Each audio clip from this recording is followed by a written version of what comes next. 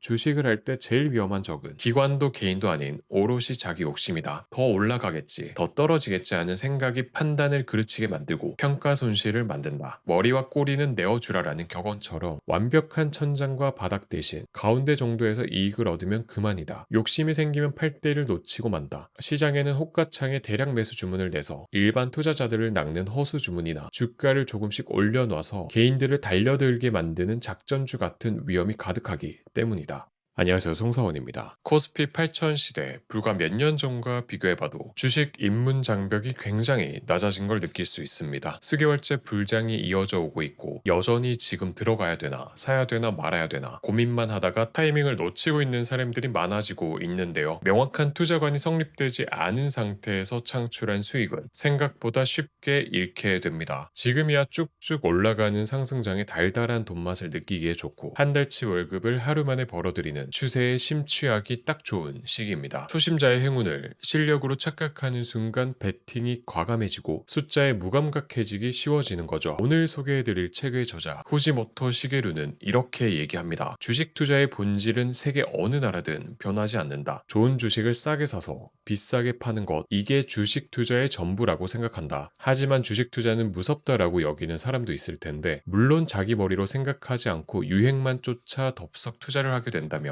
대개는 큰 손해를 보게 되어 있다. 또 아무리 신중하게 판단해서 샀다고 해도 폭락이 올 때는 피할 수가 없다. 하지만 실적이 좋고 배당도 제대로 주는 기업의 주식을 샀다며 두려울 게 없다. 오늘 소개해드릴 책은 버블 붕괴와 리먼 쇼크, 그 외에도 굵직굵직한 위기를 몇 번이나 경험했던 일본 워렌 버핏이라 불리는 저자 후지모토 시게루의 저서 주식 투자의 그릇입니다. 저자는 말합니다. 주가는 실적만으로 정해지지 않는다. 결국 마지막에 주가를 움직이는 건 사람의 마음인데, 이 회사가 이 정도 가격이면 싼 편이라고 생각하는 사람이 있으면 주식을 살 테니 주가가 오를 거고, 반대로 너무 비싸다는 생각이 들면 사람들이 주식을 파니까 당연히 주가는 떨어지게 될 거다. 그게 전부다. 결국 사람들이 그 주가를 어떻게 보느냐의 문제인 거고, 그러니까 주식 투자에서 진짜 중요한 건 사람의 마음을 읽는 것, 그리고 남들과 같은 생각을 하지 않는 것이다. 남들과 똑같이 움직여서는 돈을 벌 수 없고, 결국 주식은 사람의 심리가 전부이기 때문이다. 네, 저도 주식을 처음 접했을 때는 그냥 숫자와 수학의 영역인 줄로만 알았습니다. 근데 시장을 겪으면 겪을수록 주식창은 숫자의 탈을 쓴 인간의 욕망이라는 생각이 듭니다. 결국 탐욕을 제어하고 보통의 사람들과 반대로 갈 수 있는 강한 멘탈이 지식보다 훨씬 중요하더라고요. 우리가 매일 보는 캔들 차트 역시 단순한 도형이 아니라 이러한 인간의 욕망과 공포가 모양으로 나타나는 시장의 감정 그래프인 거죠. 투자의 세계에서는 새로운 게 언제나 옳지 않고 사람들에게 오랫동안 쓰이는 건 다 그만한 이유가 있는 것 같습니다. 저자는 주가 하락에 대해 이렇게 얘기합니다. 실제로 실적이 나빠서 주가가 떨어지는 게 아니다. 실적이 나빠져서 투자자들이 이제 이 주식은 필요가 없다라고 생각하니까 내려가는 거다. 사람들은 조금만 일이 생겨도 쉽게 겁을 먹기 때문에 엔화가 오른다는 말 한마디에 관계없는 종목까지 휩쓸려서 주가가 떨어지기도 한다. 착실히 수익을 내는 기업이라도 사람들이 왠지 불안하다라고 느끼기만 해도 매도세가 몰려드는 게 주식 시장이다. 게다가 지금은 인간의 불안뿐만 아니라 일정 가격이 되면 자동으로 대량 매도가 발생하는 기관 투자자들의 AI 알고리즘 로직까지 더해져 시장을 움직이고 있다. 다들 똑같은 생각을 하고 있을까? 당연히 아니다. 너무 올랐다고 생각해서 팔았을 수도 있고, 단순히 현금이 필요했을지도 모르고, 이러니까 반드시 이렇게 된다라는 정답이 있다면 다들 떼돈을 벌었을 거다. 결국 중요한 건 왜 떨어졌는지를 매번 자기 머리로 직접 제대로 생각하는 거다. 왜 내 소중한 돈을 투자할 곳을 남한테 맡기는지 모르겠다. 누구의 말을 믿고 주식을 샀다가 운 좋게 돈을 벌어도 그건 실력이 아니라 그냥 어쩌다 그렇게 된 것뿐이다. 남의 말에 우왕좌왕하는 사람들은 결국 시장에서 다 자취를 감추었다. 고독을 온전히 받아들인 사람만이 이 바닥에서 살아남을 수 있고, 정보의 홍수 속에서 자기만의 진실을 가려내고 그 정보의 가치를 스스로 판단할 수 있는 안목이 중요한 이유다. 이러한 안목을 기르기 위해 초심자는 우선 PBR 1배 미만, PER 15배 미만 같은 기본적인 지표부터 시작하는 것이 알기 쉽고 좋은 종목을 만나는 지름길이다. 지표를 보면서 왜 그 종목이 저렴한지 조사해보며 조금씩 보는 눈을 기르는 것이다. 물론 선택한 종목의 수익이 시원치 않고 성장성도 형편없다면 지표가 아무리 저평가되어도 주가는 움직이지 않거나 오히려 떨어진다. 싼 건 다 나름의 이유가 있는 법이니까. 반대로 장래성이 있는 회사는 다들 기대하고 있으니 대개 PBR도 PER도 높다. 진짜 장래성이 있으면서 저평가된 주식은 흔치 않고, 설령 있다 해도 다른 투자자들이 이미 사버려서 지표가 주가가 단숨에 뛰어올랐을 거다. 네. 이러한 기본적인 안목 정도만 길러도 기업을 선택하는데 좋은 선택의 기준이 됩니다. 그저 타오르는 차트만 보고 기업을 선택해서 이리저리 휘둘릴 게 아니라 최소한 이 기업이 돈을 잘 벌고 있는지 없는지 정도는 알고서 투자해야 되지 않을까 싶고요. 이어서 저자는 이런 얘기를 합니다. 성장이 안정된 우량 기업은 배당을 주는 경향이 있지만 반대로 한창 성장 단계에 있는 기업은 배당을 주지 않고 수익을 모두 사업에 재투자하곤 한다. 배당금을 주지 않는 회사란 그만큼 자신들의 성장에 돈을 쓸 수 있는 곳이기도 하는데,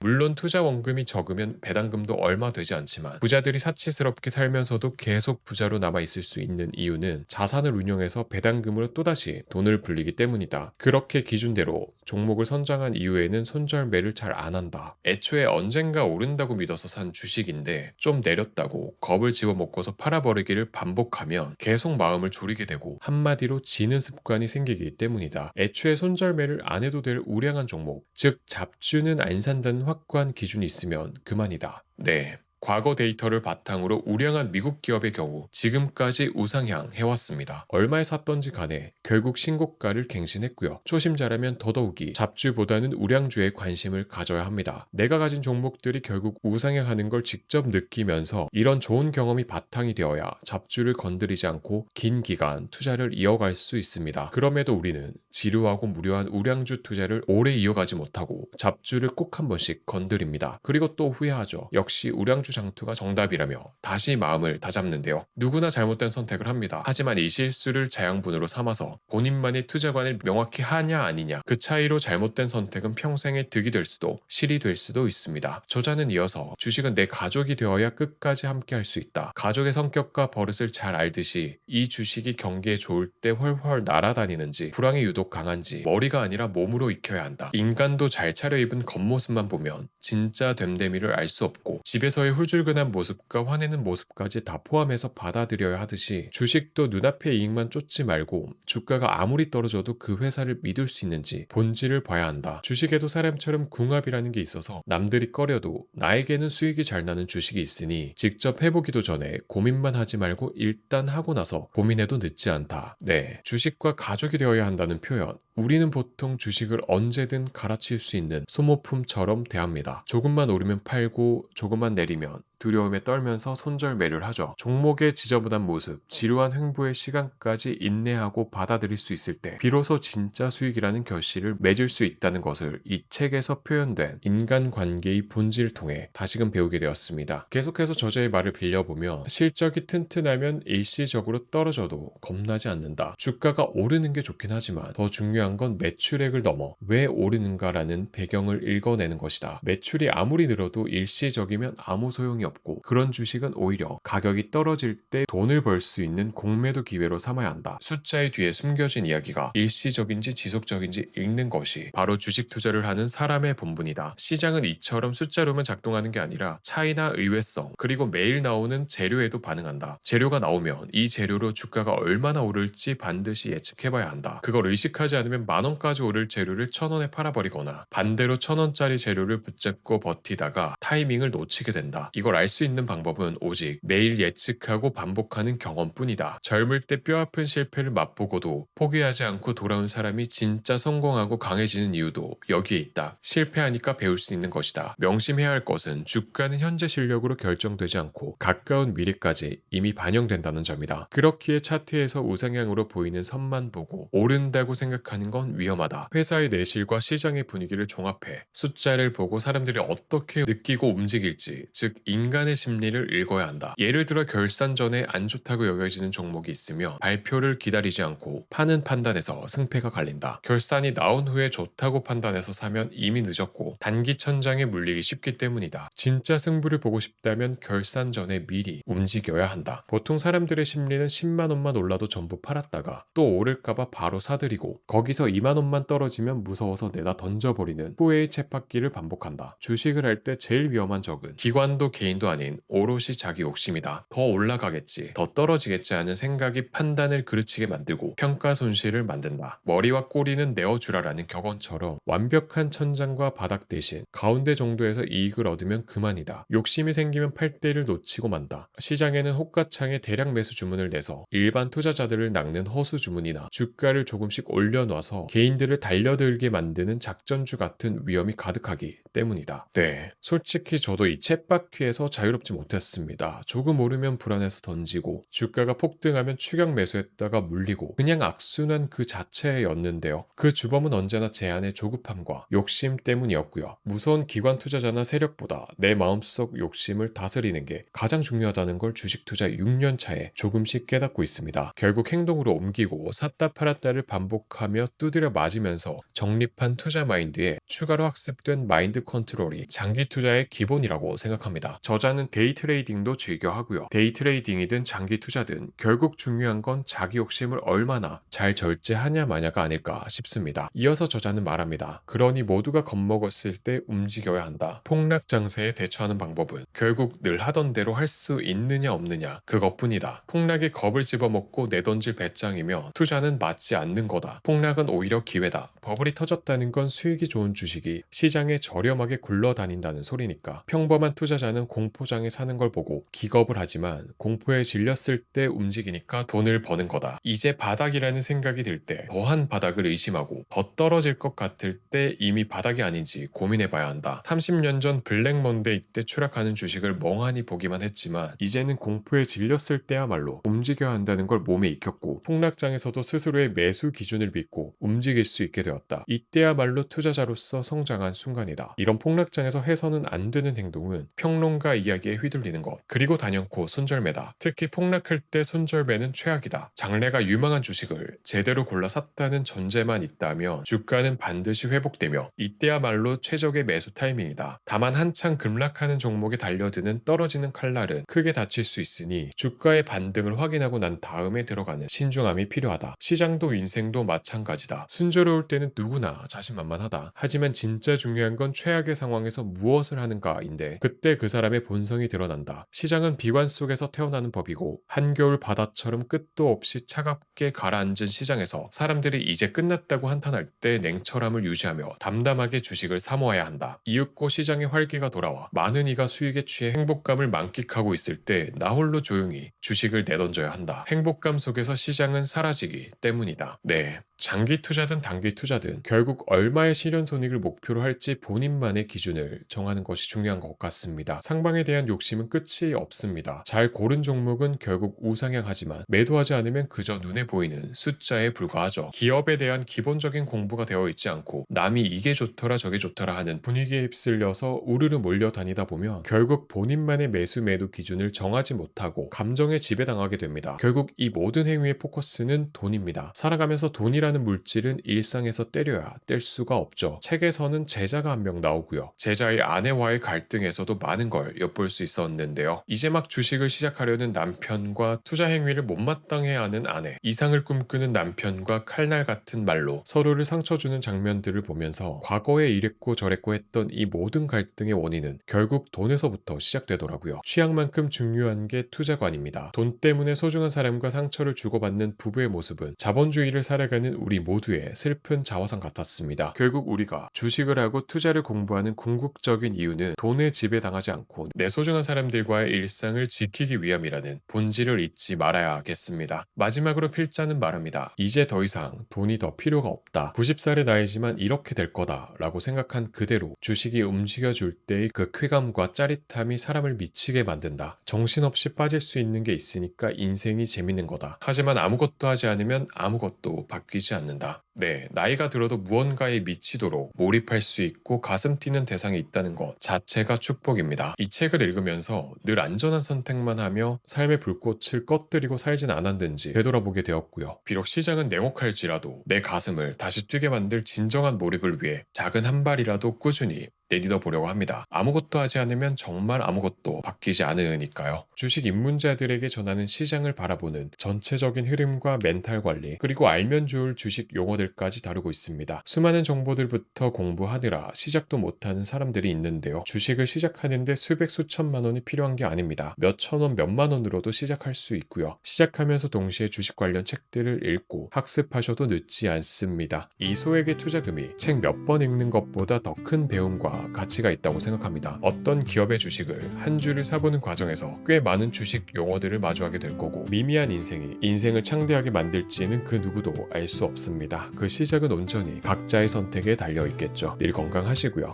행복만 하시길 바랄게요. 오늘도 들어주셔서 감사합니다.